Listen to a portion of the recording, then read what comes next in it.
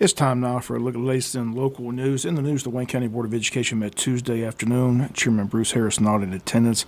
He's currently in a Savannah hospital undergoing a heart procedure, and we wish him the best. We're keeping him in our thoughts and prayers. The big news from last night's meeting is that the school board was presented with a revised budget proposal with only a $2.9 million increase rather than a $6 million increase. Here was School Superintendent Dr. Sean Kelly making the presentation at Tuesday's board meeting. Financial management. We have offered in your folder, we have offered you a revised budget, revised tentative FY25 budget that we're asking you to look at and consider.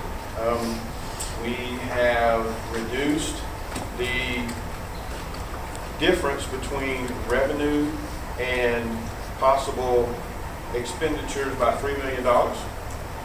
So that number is no longer 6.1. It's actually now 2.999849.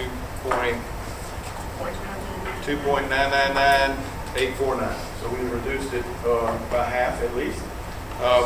We will continue to monitor the budget, and we'll continue to try to reduce that number. We never really get to that number, but we know that that was a desire, so we've done that so far.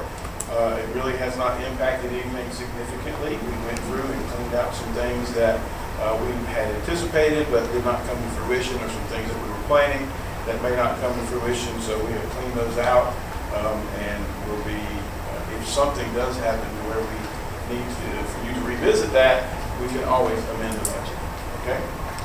And so if we need to come to you and ask you for anything over and above what is in the current revised FY25 budget, we would do more, we would do that. So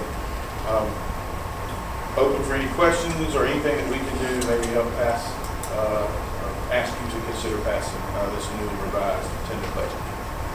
On this new budget, Dr. Kelly, this covers our teachers' pay raise, workman comp, and the basics to get them there where they need to be at for the beginning of August 1. Is that correct, sir? Yes, sir. Yes, sir. Nothing has changed that takes care of our employees or the things that we need to do. Really what we did was went in and cleaned up some things that we were anticipating, some vacancies that we had that we thought might fill but may not, so we took those out. When you take out a vacancy, then also you take out the health care, the FICA, the TRS, so that number, whenever we talk about employees, people may say, okay, this person makes $45,000.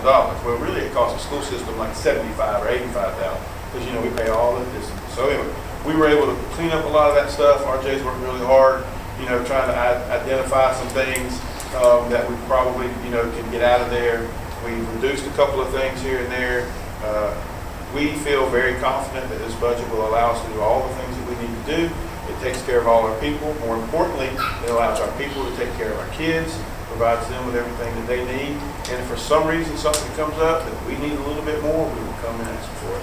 But we do not anticipate that happening. Board member Sharon Daniel made a motion to approve the revised budget. It was seconded by Todd Wise and voted on approved by a vote of 4-0. Again, the school system now has a fiscal year 25 budget. Unfortunately, no action and no discussion on the Ag Building and ROTC facility as the directors of those programs once again unable to attend last night's meeting. On capital outlay projects, James E. Bacon School project still not closed out. The HVAC systems will be installed at the high school. They're hoping the project is completed before teachers report August 1st. Under recognitions, the board recognized former board member, former chairman Joe McPipkin at Tuesday's meeting, presenting with a plaque. McPipkin had a lengthy career with the school system, served as principal at both Scriven and Jesup Elementary, also served as high school principal from 2005 to 2007, after which he retired, elected to the board on January 1st, 2019, served until April 19, 2024, represented District 1. Again, Joe McPipkin recognized yesterday at the board meeting. The board approved their fiscal year 25 handbooks, heard a report from Athletic Director Justin McDonald about the financials in the new combined middle school athletic program. McDonald says it's a one-year trial basis. He says he sees it being a benefit to all student athletes at the school.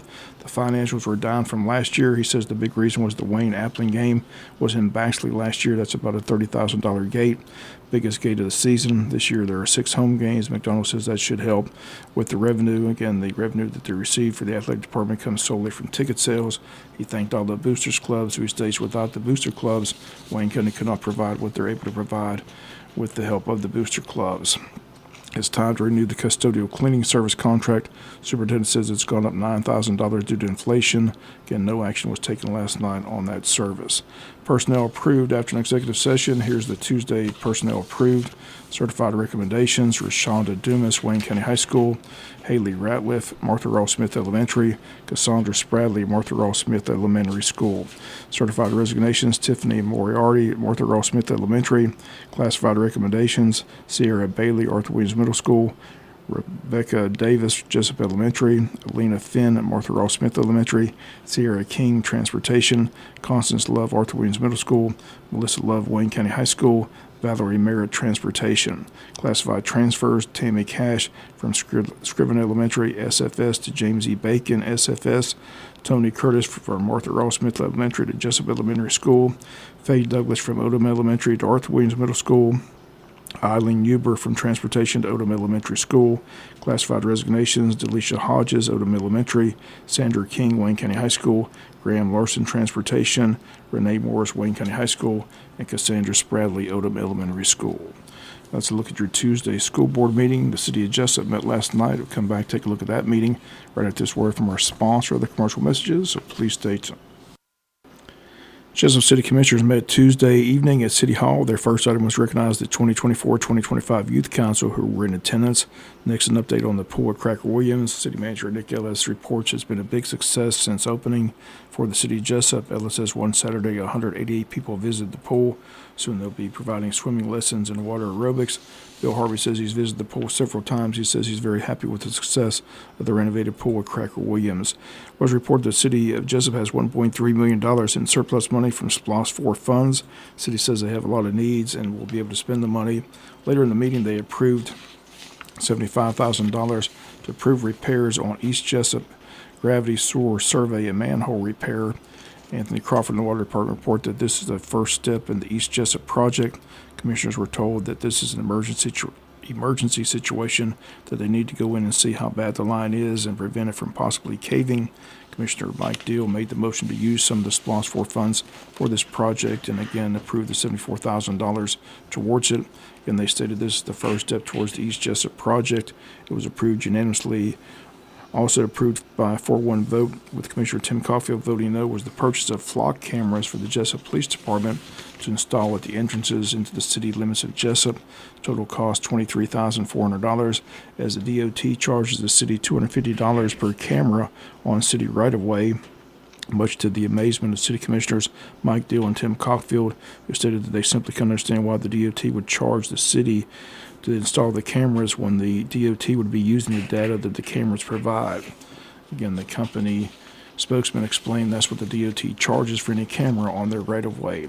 Commissioners approved the purchase. Commissioner Tim Caulfield voting no, citing an invasion of privacy issue. Cameras will be able to detect any vehicle coming through the city limits of Jesup and detect a license plate as well. Again, the camera is approved by a 5-1 vote.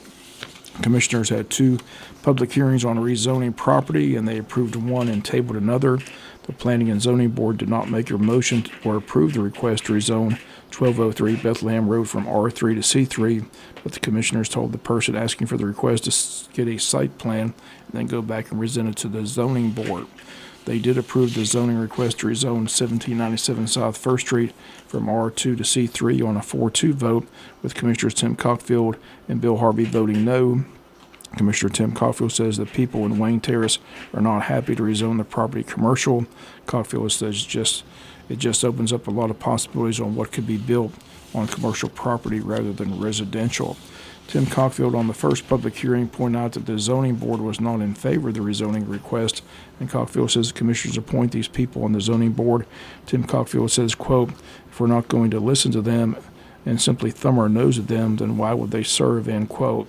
But on the second rezoning request, the zoning board did pass the recommendation unanimously, but Tim Caulfield still had reservations. Commissioner Jonathan McCullough pointed out to Commissioner Tim Caulfield, quote, I guess it's okay to thumb our nose at the zoning board even when they approve a rezoning request, end quote. Cockfield stated the city needs to be careful rezoning property to commercial because the proposal that comes before the board may be okay, but when that person sells the property, the city has no idea what other business could be built on that commercial property. City did go into executive session last night for personnel, but when they came back to the open meeting, they announced that no action had been taken. As we look at your city council meeting from Tuesday, we'll come back with some final news notes after this word from our sponsor, other commercial messages, so please stay tuned. News organizers are planning another event to be held Saturday, July 20th at 2 p.m. at Craig Williams Rec Center, as attorneys and family members of Noah Bush still not satisfied as they want the parents of those 2 juveniles to be arrested and charged in concealing the death of 8-year-old Noah Bush, and they're really planning for this Saturday at 2 p.m. at Craig Williams Park. The Wayne County Board of Tourism, the Jesup Downtown Development Authority, and Wayne County EMA presenting a Touch a Truck event Saturday, August 10th from 9 to 1, quiet hour from 9 to 10 a.m. The event will feature heavy equipment, emergency vehicles, tow trucks, bucket trucks, along with food and information booths where the kids can see them up close. The event will be centered around West Walnut Street between North Macon and Northeast Broad Streets. Streets will be closed to vehicles. The first hour of the event, again, will be quiet hour for sensory-sensitive children. During this time, no sirens will be used. Visitors are encouraged to shop local businesses in the downtown area for back-to-school supplies. For vendor booth information, contact the Wayne County Board of Tourism office. That number 912-427-3233. Or for vehicle participation information, contact Donnie Ray at 912-424-0376. And Touch a Truck event set for Saturday, August 10th from 9 to 1 in downtown Jesup. And school bells will soon be ringing here at Wayne County. Arthur Waynes Middle School hosting a 6th grade jump start August 1st from 5:30 to 8 p.m. at the school. This is for kids and parents and guardians. Jump Start serves as an opportunity for you, your upcoming 6th grade student, to learn about middle school. Focus during this time is to connect with you and ease the transition to middle school. Jumpstart engages upcoming students with fun activities like a school tour and fashion show. You get the opportunity to meet the staff, receive information on block schedules, buzz block and connections, sports, band, school rules, and 6th grade expectations. And all that taking place August 1st from 5:30 to 8 p.m. at Arthur Williams Middle School. That'll do it for the latest in local news. Sports comes your way in a few minutes. Bob Morgan, have a great day.